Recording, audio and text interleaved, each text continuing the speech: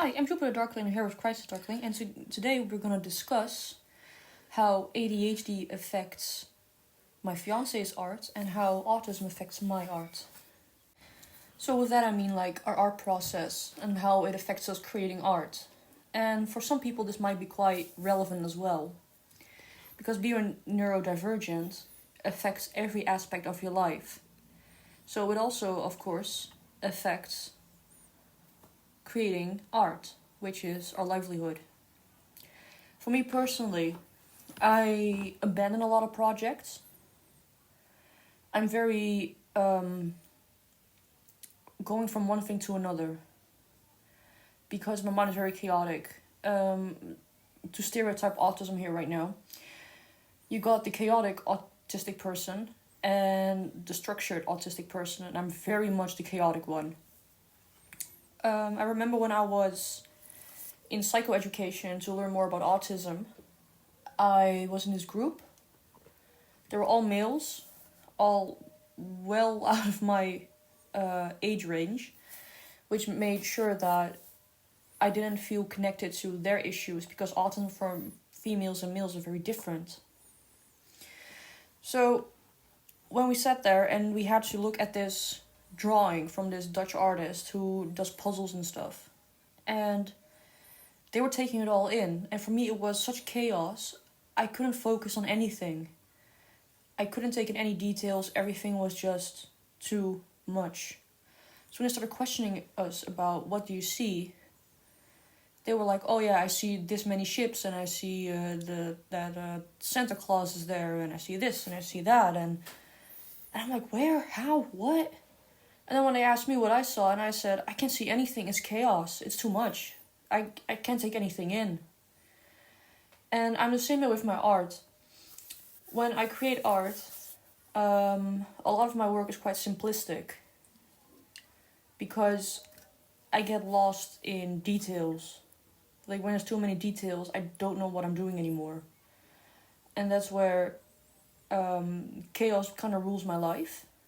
Because if it's chaotic, I can't focus, I can't concentrate, I can't function. And when that comes to art, I have this block, this physical block where it's like this invisible wall where I just can't do anything. And when I want to create something, it is just so simplistic and so boring for a lot of people, I think, to look at. Because there's not a whole lot of substance to look at. You look at it for like a minute or so, maybe even less, and you've seen everything in what I draw or paint or whatever. And that is purely because when I see very intricate artwork, for example, I'm like, cool, but there's too much going on that I just cannot focus on any aspect of the artwork, and it gets me stunned and it gets me confused. Same with the Marvel film, Doctor Strange, with all the effects. Oh, I hated it because there was too much going on and I just could not comprehend what was happening. It was too chaotic. And for me, when it comes to creating art, it is kind of the same thing. I tell myself sometimes I'm going to be a bit more intricate or put more effort into it or put more details into it, but I can never follow through on it because it's just too much and too cluttered. And then I abandon my project, then I start something else, and at some point I'll come back to it again, but then I tone it down a lot so it's not as chaotic because my mind is so screamy and so overwhelming that something needs structure and something that I need control over needs to be simple, and for me that's my art. That's the thing I can't control, and that for me is structured.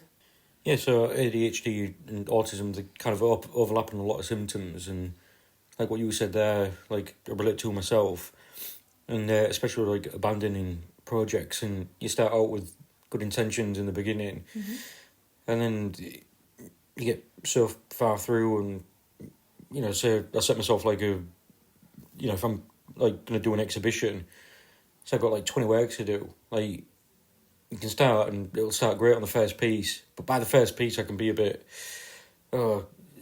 just like doing one artwork itself, you can abandon it. Yeah. You've got this project to do, but there's just this block that you sometimes get. Mm-hmm.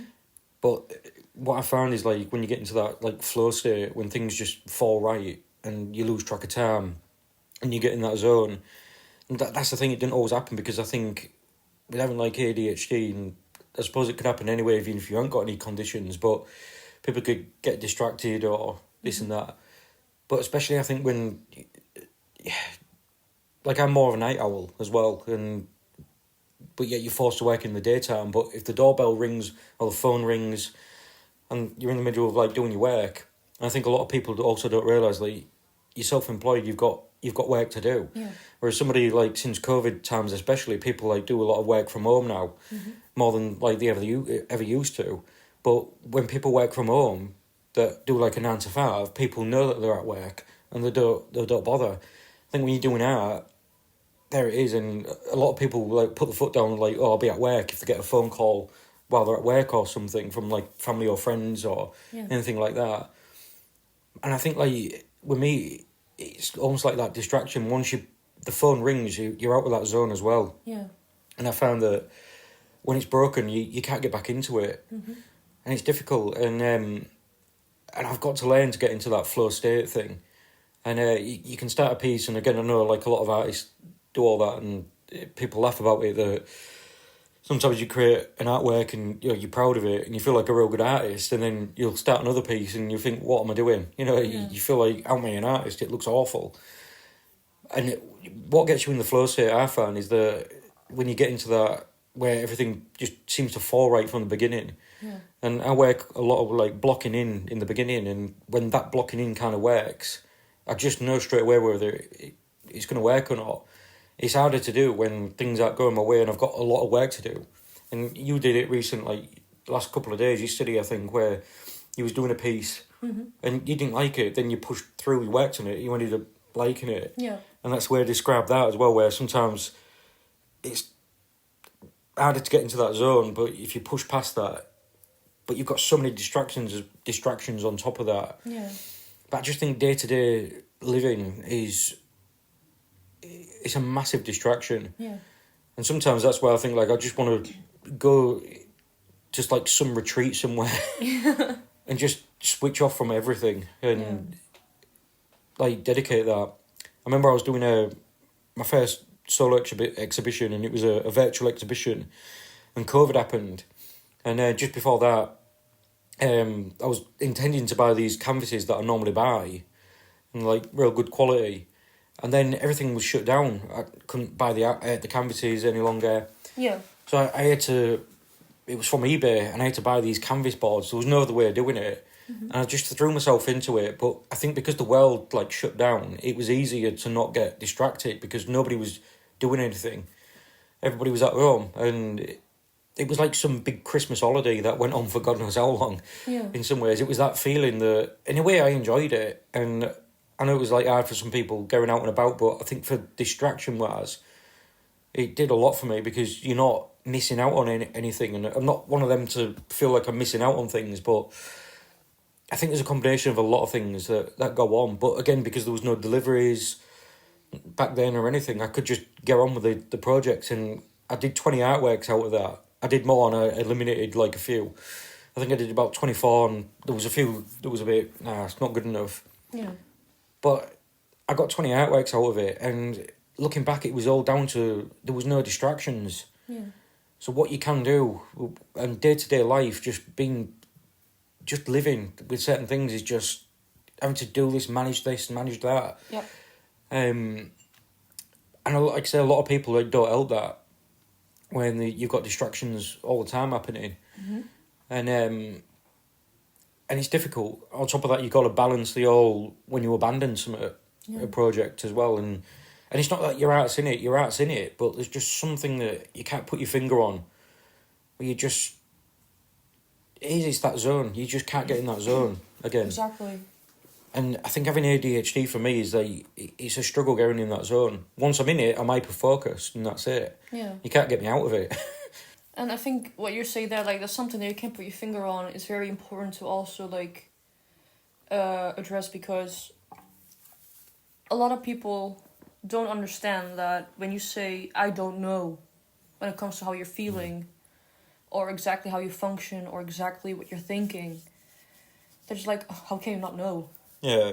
And for us, it is very common to, like, not know exactly what we're feeling or thinking or going through, because there's so many things going on in your mind, and your mind just races with God knows how many thoughts that you can't untangle, so you're just stuck in a way. And that's where I think some people need to learn to be a bit more understanding towards people with ADHD and autism.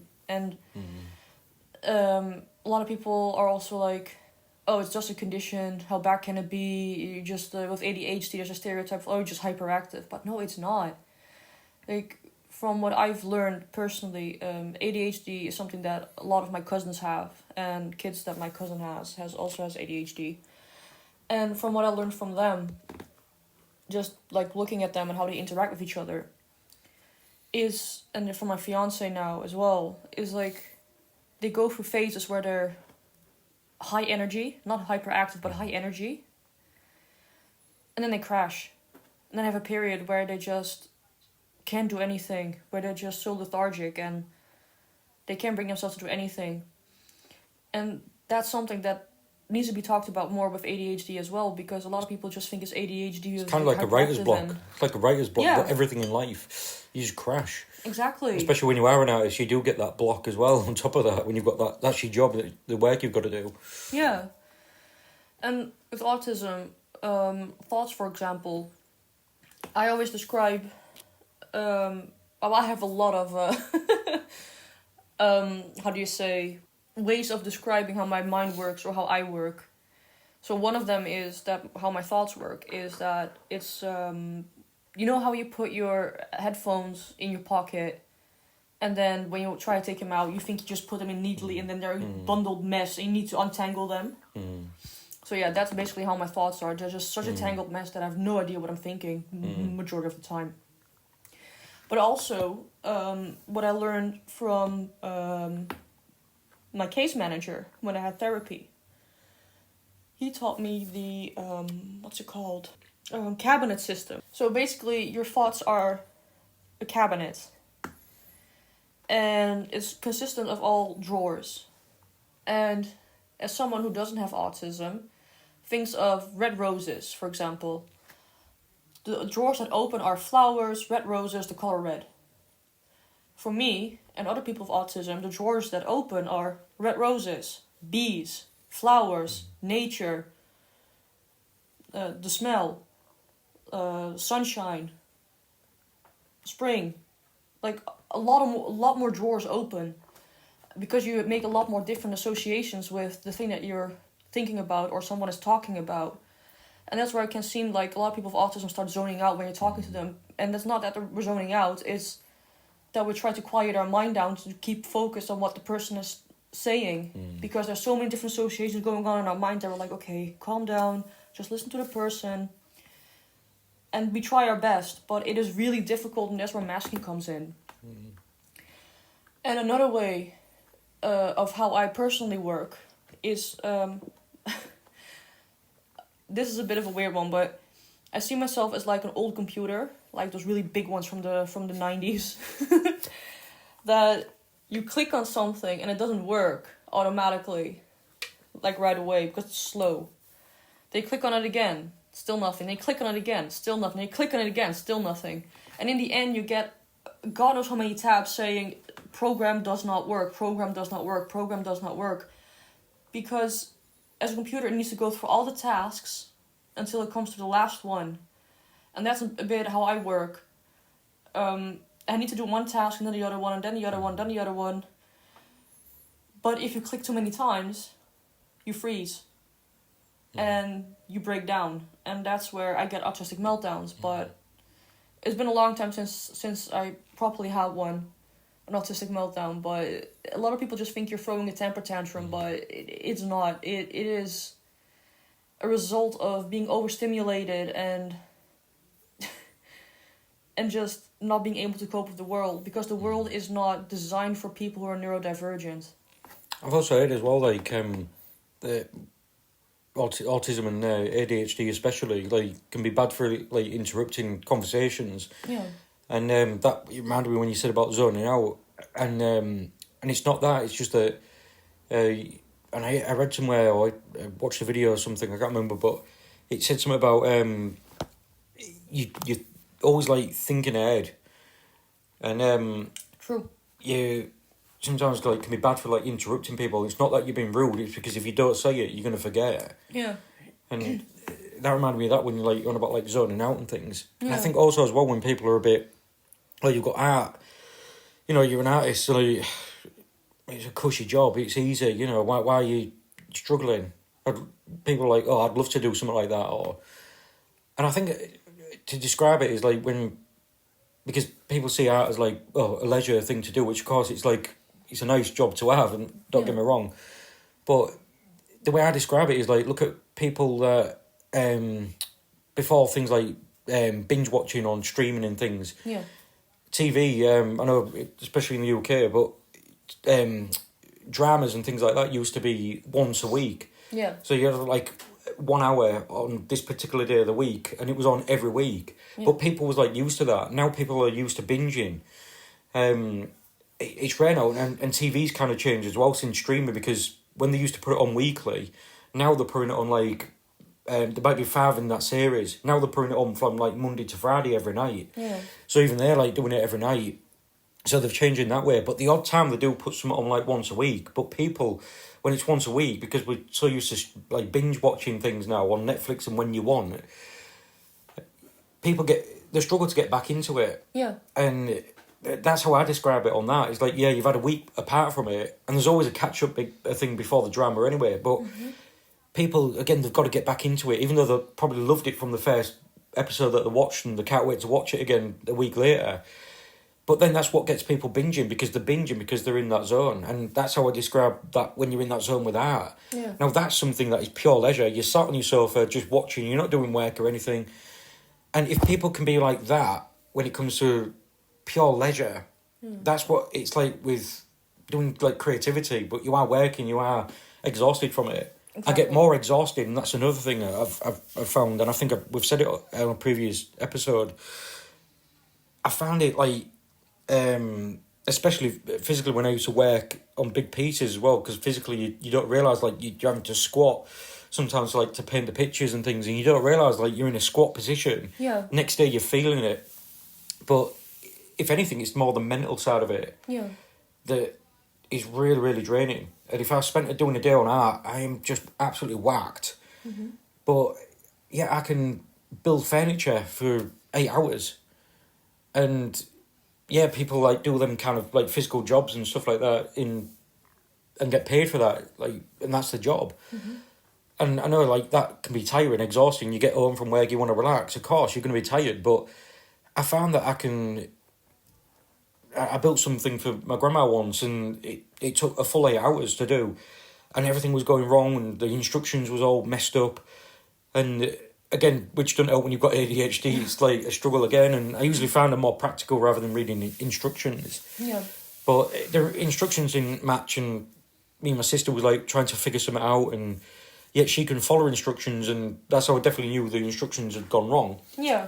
Because like even she could like come follow it, and I was tired, but I wasn't mentally drained. Yeah. Like I could do it the next day again, and with art, you've got to, if you have a day on it, it's like, well, you just whacked on that.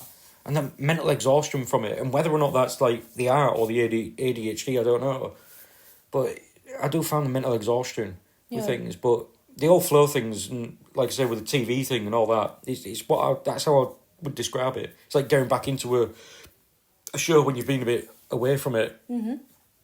But yet we're all used to this just binge watching now. And we binge watch because we're in the flow. We're enjoying it, and you want to watch another, and you don't want to get out of that. Yeah. And I think that's how I would describe it, if it makes any sense. Oh, it does. And there's something that reminds me. I've also noticed that a lot of people with autism, they have a hard time of like finishing books or finishing a TV show and stuff like that because we have trouble letting go. Oh yeah, same with that as well. TV as well. So when people can watch and binge, I'm a bit. I can get into it and then I'm a bit. Oh yeah, I'm bored of it now.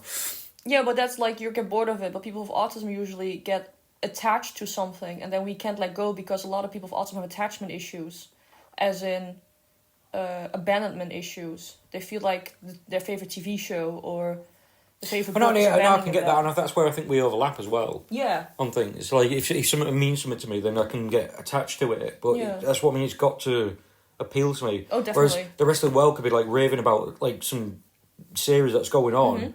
And I can probably get into it, and then I'm a bit, and it just takes something to where it gets a bit stupid for me, and I'm done. Yeah.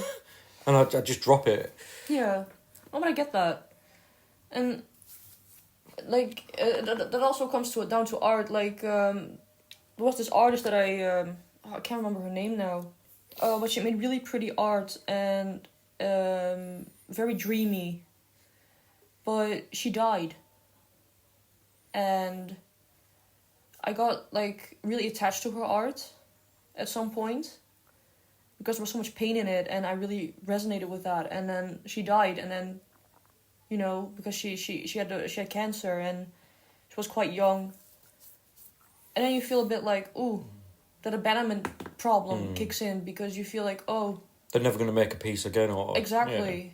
Yeah. And that feels a bit weird because I never knew her, but you get attached in a way still. And yeah, it's kind of bizarre how your mind works like that. And on top of that, there's also with autism that I've noticed a lot is when I try to do something, in my mind, I have this list because I can't make physical lists of how to do things or when to do things and stuff like that because I can't stick to them. Yeah, I'm the same. But I want to. I'm a list maker, just not a list doer. Yeah, no, exactly that. But then in my mind I make a mental list, if that makes sense. But then there's the problem that kicks in. Then I start thinking, wouldn't it make more sense if I did this thing before that thing? Oh, but then I need to push that other thing up. But if I push that other thing up, then those two things go down. And then eventually the list doesn't make sense at all anymore, and you just get so burned out from doing that you just give up, and then you wasted a full day doing nothing. And like my mom, for example, is really bad for thinking that I don't do anything all day. And a lot of people with autism also have like severe anxiety. And I have generalized anxiety disorder. And some days I tell my mom, like, okay, today I'm going to do this, this, and this. And it just doesn't happen because my anxiety levels are way too high and I can't face the outside world. Because I also have a form of agoraphobia. And that is, I can't go outside by myself. When I push myself really, really, really hard, once in a blue moon, I can go out. But it takes me days and days and days to recover from it. But when I do go out, and I manage to do something, like I said, I'm just absolutely done for God knows how long. But when I can't do it, even though I said to myself and to my mom, I am gonna, she's a bit like, oh, so you haven't done anything all day. There's a lack of understanding. And I love my mom, she's awesome, but and she tries really hard to understand, but sometimes she just doesn't. And that can be frustrating as well, because in a way you're crying for help, for like, okay, help me with something, because I can't do it. I want to, but I can't. And it's the same with holding down a job. I tried twice getting a job.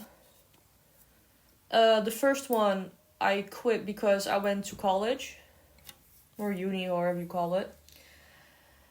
And, well, my job, that was horrible for me. Uni was also horrible for me. And then this year I quit a job that I had for less than a year. It was cleaning for elderly people and disabled people. It was only 4 hours a week, but I call in sick quite often, or sometimes I would just go work 2 hours instead of 4. And when I got more clients, I immediately dropped them because I couldn't do more hours, and I had to quit because of my mental and physical health. I just couldn't do it, and I felt so bad. Like, why can't I just do what the majority of people do? So now I'm waiting on benefits, seeing if I get benefits for, being disabled. But they have this really weird rule, like, it sounds like I'm going off on a tangent here, but and it relates to art. I'm gonna come back to that in a second. So, in 2023, I got blood clots in my lungs, and that got me really ill. I also suffered a lung infarction, which means part of my right lung has died. And I had pneumonia at the same time. And the pain was so bad, I couldn't sit, I couldn't lay down, I couldn't do anything, I could barely breathe.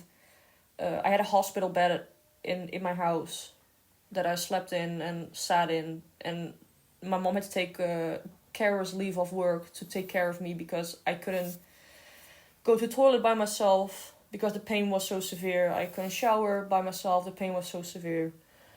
And it's now 2025 and I'm still left with webs in my lungs, so it's still not fully gone.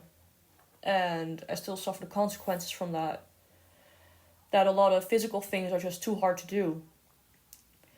And on top of that, I have my mental health history of generalized anxiety disorder, form of agoraphobia. I don't know the English word for it, but it's like basically depression that keeps coming back. Mild to severe, so you have depressive episodes, mild to severe. Autism, and on top of that I also have sleep apnea, and I have asthma. And there's just like, PTSD, so there's like, CFS, there's a lot of things that I have. But a lot of things I got diagnosed after I was 18. Majority of them like in my mid to late 20s. But to get those benefits, they look at the age gap of 18 to 23-year-olds to see how you were back then, if you were fit for a job.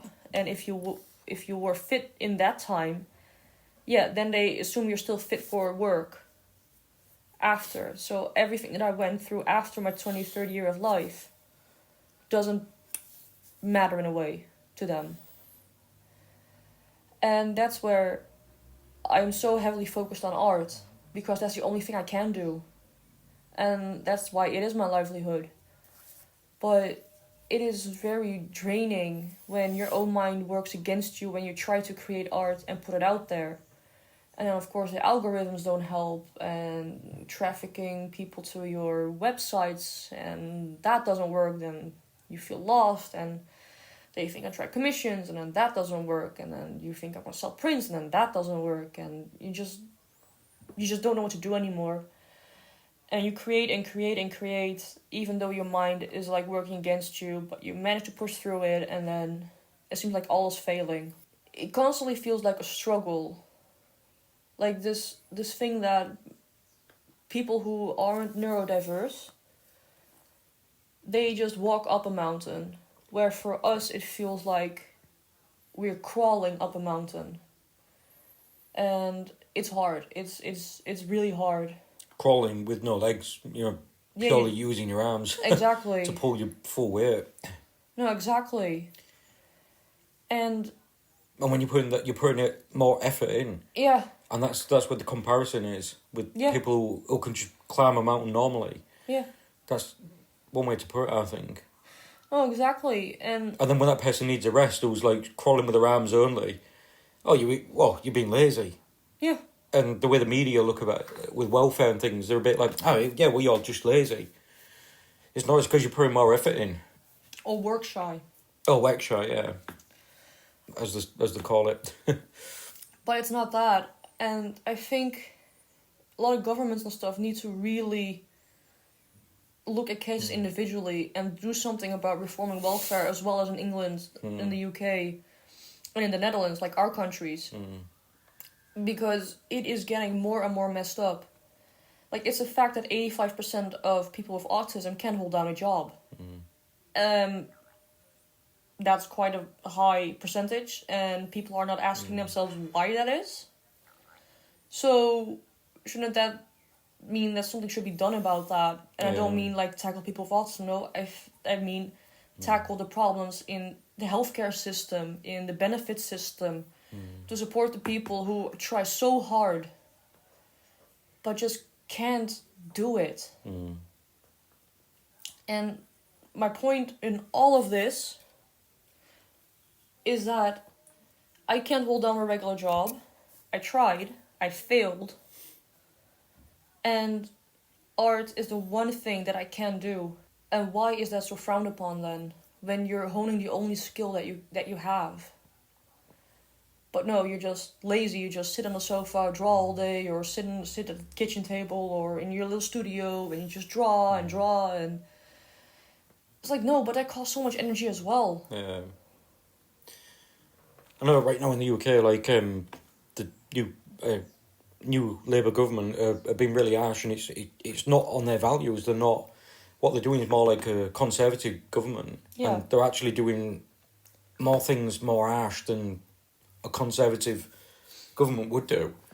And again, the back down on it all. But a lot of journalists, the way they're talking about like our welfare here, PIP, and they're always going on about like, and always on about like people with autism and ADHD are claiming PIP, and that's not right. And basically they're work shy, they're lazy, and or people claiming it for anxiety. And there was like, I'm sorry, but we've all got anxiety. That's life. That's living.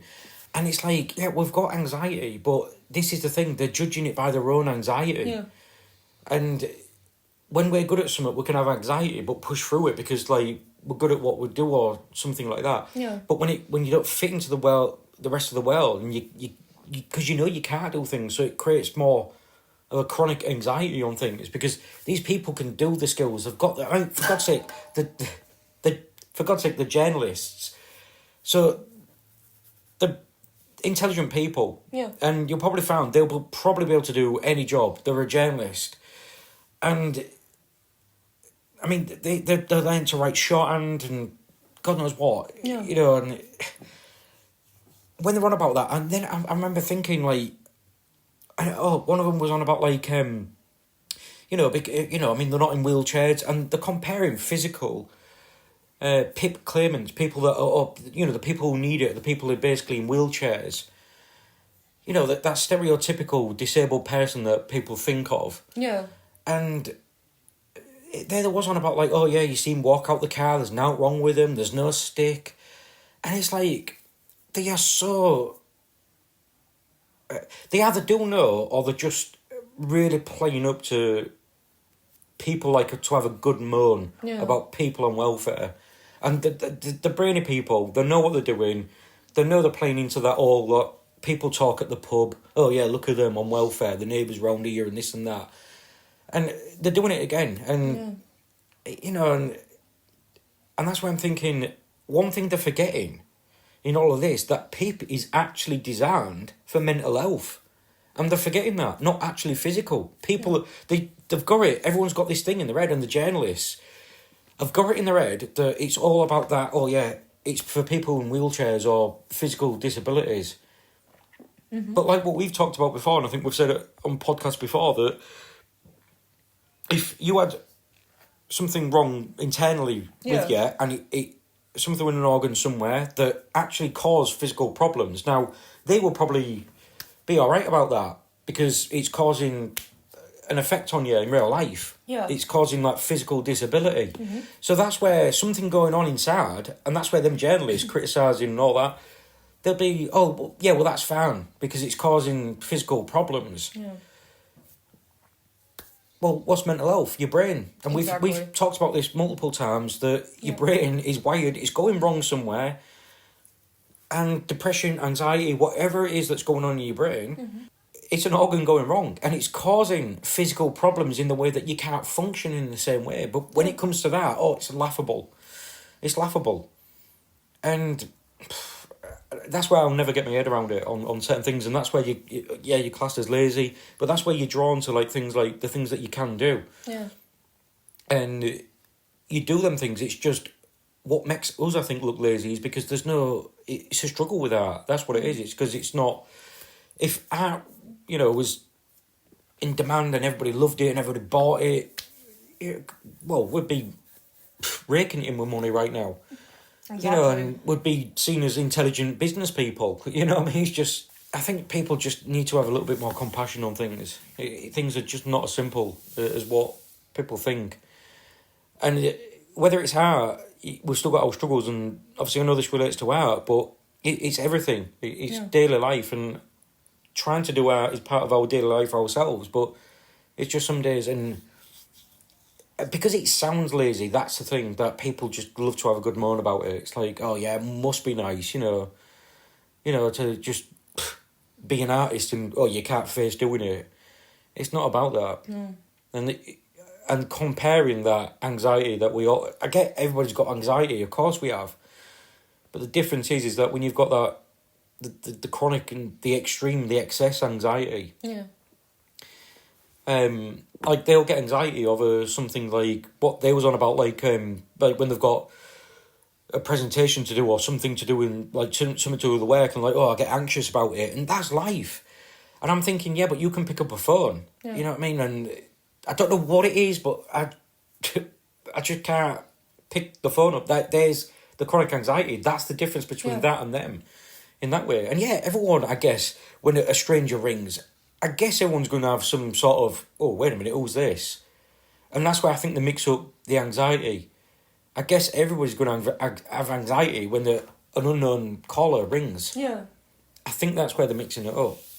When you have anxiety or depression or any mental illness... But it's also to have good, some stress is a good thing as well, because it helps you to push through. I think, again, that's what they're mixing up. It's good to have some sort of anxiety and stress, because it's what pushes you through and gets something done. Yeah. That's good stress and anxiety. It's the excessive thing that you don't know, that you don't need. That's what leads to depression and things. Yeah. Sorry. No, that's okay. No, but when you have like anxiety or depression or something like that, and you do brain scans on a brain that's healthy and a brain that's mentally ill, it is completely different from each other. The scans are so different. You can tell that the brain is sick. Now, you get that healthy brain that suffers with anxiety that they're talking about. That, oh yeah, we've all got anxiety, just get on with it. That's the difference. Yeah. They can cope with it because they've got an healthy brain to deal with it. Yeah. Compare that with a scan with an healthy brain who's got anxiety, you're going to deal with it differently. Yeah. And another thing that I think is a good thing to talk about right now is there's no real medication for like autism except for a very low dose of antipsychotics. And I take 5 milligrams of aripiprazole, and that is it's like an equivalent of someone with ADHD taking Ritalin, or something else like Ritalin. It's to calm the mind a bit down and to focus a bit better and make sure that, like, most people with anxiety, with autism have that every sound just enters your brain just as loud, and you just can't differentiate between things. And like, I was on the phone with my mom today, and she was talking to me, and all I could hear was her voice and 3 voices in the background, and I was just like, huh? Because it all enters my brain just as loudly. But when I'm in person with someone, because of the medication, I can have that depth what other people usually have, what's normal to have, that you can focus on that one person talking to you and everything becomes background noise. That's what that medication does for me. And for a lot of people with autism, it's just like some small, like, tool to help you with managing your autistic symptoms. And the same with my reoccurring depressive disorder. I take 150 milligrams of venlafaxine, and that is an antidepressant that basically helps with connecting the neurotransmitters, because in your brain the neurotransmitters between each other don't work properly, so you don't create serotonin or a very low dose of serotonin that makes the depression reoccur. And that medication helps boost the neurotransmitters so the serotonin can be made. And I'm going to be stuck on that for the rest of my life, most likely, because my recurrent depressive disorder is genetic. My point is, there is no shame in taking medication for your mental illness. And there's like a big stigma on it, like, oh, you take meds, there must be something really wrong with you. Like, no, it is just something to help you function better in society. There's no shame. Yeah, and it's just the same as, like, everyone takes a painkiller for an headache. Yeah. Like, why would you sit and suffer with an headache when you've got paracetamols in the cupboard? Exactly. What's the difference? Like, if that blocks the pain, you've still got a headache, it's just it blocks the pain. Yeah. But if it makes you function, and there's the stigma, though, with it. Exactly. And I've never understood that. If it helps you function, that's it. And again, anybody is one day away from being disabled. Yep. Anybody is one day away from, well, all right, you've got certain conditions where they'll probably, they'll never have, like, things like autism, because they're not born with it. But there's nothing stopping them having, because again, I've got, like, dyslexia and dyspraxia and things like that. Yeah. Now, you're born with that. Yeah. And people might think, like, oh, well, I'm never going to get that because you're born with it. No, then you've got apraxia. Mm-hmm. So people can be dyslexic just the other way around. It's just then they'll have apraxia. Yeah. And again, and there's that him from the band who sings that Gold song. Spandau Ballet. Yeah. So he had a brain tumour and he's now left with apraxia. So again, he's got things like dyslexia and stuff and dyspraxia and stuff in his daily life and things. Yeah. And now they're the people that you need to probably listen to because they're the ones who can compare the life before and after. When you're born with it, you're always born with it. And but then I found people to listen to when like what he's gone through, because obviously I know he's had a tumour and things. Mm-hmm. I think he's had multiple tumours, but he struggles now to read signs. He can't tell the difference between female and male toilets. Yeah. He can't read symbols. And also it's left him with dyslexia. Yeah. So he's got apraxia now. Now that nobody, because he's had a tumour, would dare say to him, oh, you're coming it. No. They believe him because they know he's had something going like wrong somewhere. He's had operations, whatever's gone wrong, he's acceptable. Yeah. But when you're born with it, it just seems to be this, oh, you're coming it. Exactly. And what the difference is because we take tumours so serious that, let's not question, and that's what I don't understand. It's like nobody seems to take anybody's word for it when you're born with conditions. But people are, and them conditions that you can get from apraxia can overlap with autism. So it's the nearest thing that they can, they won't be born with, if they've not got autism in the first place, they won't ever have it. Yeah. But they could have an overlapping condition that is similar to autism. Then they might understand, because they'll look at your symptoms and think, I've got that now. Yeah. And that's what I mean, people are just one day away from that. And there was somebody who did this TV show, Ninja Warrior, on ITV, and I forget his name, he was a footballer, and then people was like, one series, he started like slurring, he sounded drunk, and he was just slurring a little bit. Next series, he was like talking really slow, and he's got apraxia now. And now he can barely speak, and he's got all these therapies helping through. Yeah. But again, because he's got that before and after, how he functioned before and after, people seem to listen to that. But when you're born with it, that's all it is, just the apraxia or dyspraxia, whatever it is, them sort of things, the dys and the a, you're born with one, the other one you get, and the apraxia, anybody can become it. Yeah. And and people don't know what's around the corner with things. Definitely. And for them people who'll criticise him, all I say is, what if one day you wake up and then these conditions start happening to you? Yeah. Now, for you, it's going to be a disaster. We've had to live with it, all right? We're used to it.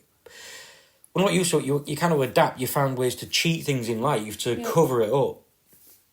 And obviously, they've got to learn that in that way. But anybody, anywhere, you can get it. Yeah, and same with CFS, chronic fatigue syndrome. You can get that at any time because it is. It usually stems from severe trauma. So I have PTSD, and I lived in a very traumatic household. Or when I even was COVID. younger. COVID's caused it a lot as well Yeah, with true. people. A lot of long COVID symptoms are that. True, but it is usually something that comes from trauma, because your brain gets sick and then you develop fatigue, chronic fatigue, and a lot of people just think, oh, with CFS, it's just like, oh, you're just tired, you're sleepy. Like, no, there's so much more that comes with it. Like, you get muscle aches, joint aches, headaches, bloating, sweating. And just before you go any further, you've got that watch with your battery. Yeah. And your battery is like just 5% all the time. Yep. And I was the same as well. My watch broke, but we was both like pretty similar with it. Yep. Our energy levels. And then when we researched certain things about your battery energies, that when you've got like chronic fatigue and stuff like that, it's like it just never ever gets topped up. You can have a night's sleep and you might go on 10% battery when you wake up, but it soon drops and you're on 5% for the rest of the day. Other people can be on 80%, and that's the difference. They've got that energy. Yeah, exactly, and that was the point that I was going to come to. Like, I had psychosomatic therapy for it, and you get this thing taught that someone with chronic fatigue can max charge their battery to 15%, while someone without chronic fatigue can charge between 80 and 95%, because 100% is just not viable for anyone. That's just not possible. But 95 is like the nearest thing to 100%. And that's also where she taught me the spoon method. Like, I have, we discovered that I have 8 spoons a day. And that by getting up out of bed, making coffee, getting dressed, doing my makeup, putting in my contact lenses, doing my hair, I already use 6 of my spoons. And then I still need to go for the entire day with 2 spoons. And I can't. And that's where I need to like start prioritizing things like, do I create art? Or do I do something around the house? And certain things cost 2 spoons, like showering for me, for example. That takes 2 spoons because that's really intense. Yeah. Hoovering is something that I just cannot do because that is too heavy for me. And just like, again, like down to a phone that we're all used to every day, that when you think you do certain things and certain apps drain your battery more than others, you can go and do something for quite a while and it'll knock a few % on your battery on your phone. Yeah. You'll do something else and it zaps it. Yeah. So different apps use different energies. So that's like saying, like, 2 people wake up on the same day, one's got 80% on the phone, one's got 15% on the phone, but you both go on your phone now and do whatever. It's the morning. Yeah. Well, of course, the one on 15% is going to die soon on the phone. Yeah. But then that's like going mad with them and saying, like, no, come on, carry on, do what the phone needs to do. Yeah. But it can't, it's dad. That's accepted. Yeah. Somebody on 80% battery on a phone, of course, can do a lot more on the phone. Yeah. But when it comes to humans and your charge, and that's a good thing with these watches, but it's opened my eyes upon it. Yeah. That it's made sense with our like energy levels with things. Yeah. That of course we wake up on the day and it's like at best 15%. Yeah. Other people wake up and they're on 80%. Yeah. And yeah, what I wanted to add to that is... Yeah, sorry. It's okay. What I wanted to add to that is that when you're so low in percentage with your energy, that it can happen to anyone, because like my fiance said, you can with long COVID you can get CFS. If you live through a traumatic event, you can get CFS. It's usually caused by like traumatic experiences, physical or mentally. And for me, it's been my PTSD, which I've had since I was quite young, but haven't been diagnosed with since recently. But I've been going to doctors since I was 11 for extreme fatigue. Yeah. And I've got diagnosed a few months ago with chronic fatigue syndrome. And that is 18, 19 years that I've been going to doctors for it. Or something like that, I have no idea. Maths. But... yeah, so... It is... but it can happen to anyone. And again, like with the long COVID, like, so welfare has shot up, and they keep saying this about the welfare bill. They're on about like 1,000 people are getting approved on PIP, our welfare for disabilities a year. 1,000 people. But that is just in England and Wales. Mm-hmm. And I worked out the amount of cities that we've got here between England and Wales.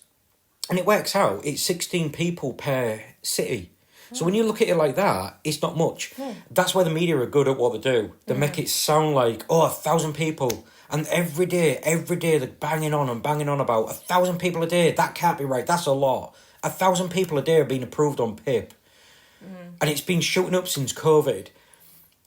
But work it out between cities. Yeah. That's without all the people in the countryside as well. That's just going by cities alone. And it's 16 people per day. Well, I don't think that's bad. I don't think it's nothing. And for the amount of people that are in the country, the more people there is, the higher the unemployment's going to be, the higher the disabilities are going to be. Yeah. It's a fact of life. And I think we've got that point, and they're on about, this isn't sustainable. It's not sustainable. Yeah, it's a lot of money, but they're good at isolating that figure again, that, welfare's costing this, and 1,000 people a day are approved or whatever for this. Mm-hmm.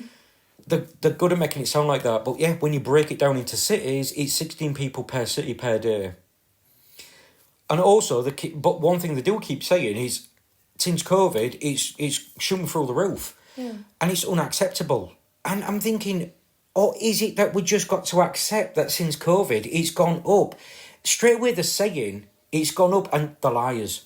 That's how I interpret it. Yeah. It's going up, it's unacceptable because people are coming in, they're lying, and they're cutting on to what to do. But there we go, it's like that. No, is it just that COVID's happened and why? Why? There's a pattern. Since COVID, the welfare bill has shot through the roof. Also, that's what the tax system's there for. It's a safety net. Welfare is a safety net. And it's not there to save like a bargain in a shop, for God's sake. It's a tax system. The money's already gone. People have already paid for it. Yeah. And that's where it's there as a safety net. And anybody could be disabled tomorrow. Exactly. And that's why are they saving on that? When I figured that you tax gambling, which is bizarre, that gambling is tax-free. Yeah. Tax gambling, that could bring in more tax than tackling the people on welfare that they're trying to cut. Yeah. It's free money, they're winning it. And I don't think people will complain. It's money they would never have had. Therefore, if the government got it, I never understand that. No, exactly. And we've got taxes on everything, but yet gambling is tax-free, and that's that. Yeah. And also, why I think, and I've got a theory on that, but it's all this day trading what they do that is packaged up into spread betting, and there's a loophole because people are earning God knows how much from it, and that's why gambling is tax-free. Yeah. Because the rich people are doing all that, and they're doing this spread betting thing. Yeah. And it's a legal thing that they're doing, and they can earn thousands within a second, because I've done it myself, and you've seen me do it. Yeah. And I had this simulator, and it was pure game simulator. And you get this virtual money, and that's it. And everything's all virtual, but it's based on the real life markets. And once you learn how it happens, once you know Bitcoin's dropping, you play it. You bet on it, and that's what you're doing. And seriously, when it plummets and it plummets and it plummets, you can earn thousands, 10,000 in a few seconds, and it's tax-free. Yeah. And that's why gambling is also taxed, because it's down to all day traders, to call it. Yeah. It's not, it's betting with a loophole. Yeah. And it's the opposite to shares and stocks and all that, what people do and do all, because it's all to do with all that. Yeah. And that's what gets me mad. And again, we've seen that what Elon Musk earns, and now what they're cutting with welfare, and Elon Musk is getting 100,000 a minute. Yep. 10 minutes, he's earned $1 million. He's earned $1 million in 10 minutes. It's ridiculous. And there was defending rich people and things like that. All right, they've done the things and stuff like that, but they have got excess amount of money on certain things. And that's where, when people are on the backs on the vulnerable, that's where you think, no, Elon Musk has got more money than some countries have. Yeah. He earns more money than some tax systems bring in. And that is where what does he need that for in that way? So yeah, we'll proper went off on one then. So yeah, that's all the time we got for today's episode. Thank you so much for listening. You can find us on Instagram under the handles Art by Darkling and Mrs. Darkling Art. I just realized I forgot to do our outro on the last few episodes, but that's fine. Hopefully we get to have you in the next episode. Thank you.